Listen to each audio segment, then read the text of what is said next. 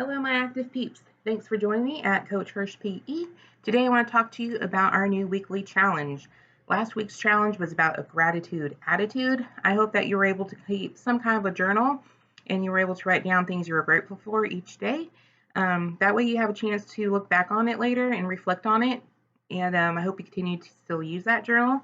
And I hope your gratitude attitude has given you a better attitude all around, especially during these hard times. This week's challenge, because we had Earth Day on the 22nd, this week's challenge is recycling. I want to see what you can get around your house and recycle into PE equipment.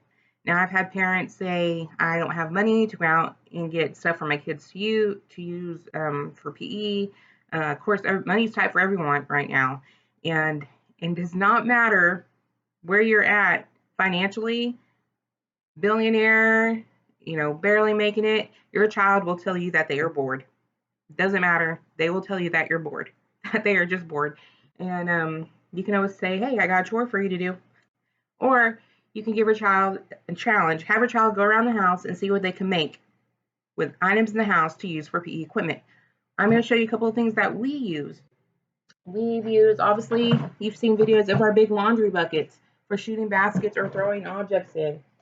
Cups. I cannot emphasize enough how much cups work great. Plastic cups, solo cups for stacking, again, for shooting objects into. There's tons of things to do with cups. I've also have Tupperware lids. Make sure you always ask your parents first before you start using stuff around the house. Tupperware lids, great for frisbee throwing, great for throwing at objects and knocking them down. Big recyclable containers, good for bowling. Put some water in it and roll balls at them if you can collect a couple of these.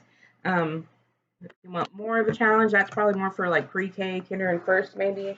For more of a challenge, smaller water bottles to use for bowling. That's always a good one. Jugs. You can always cut out, there's even a little circle here, you can always cut out and make yourself kind of like a little mini golf course in the backyard. And these could be your holes to sink them in. I've also seen where people have cut the top off here, cut the handle, and use it as a catching device with like a rolled up sock, which I'll show you here in a second. Throw it and catch it. Plenty of use for a jug. Also, paper plates. Cannot emphasize enough about paper plates. They're good for if you want to write numbers on the back to do like a number game. Obviously, my flapjack game that I did, spatula used from the house, duct tape, paper plates. Great things to use. Scarves. If you don't have scarves to use, an old used dryer sheet works great for scarves. And juggling, plenty of those around the house. You can also use grocery bags for juggling. Scarf throwing, tossing, doing different tricks with. Those are usually around the house. Socks.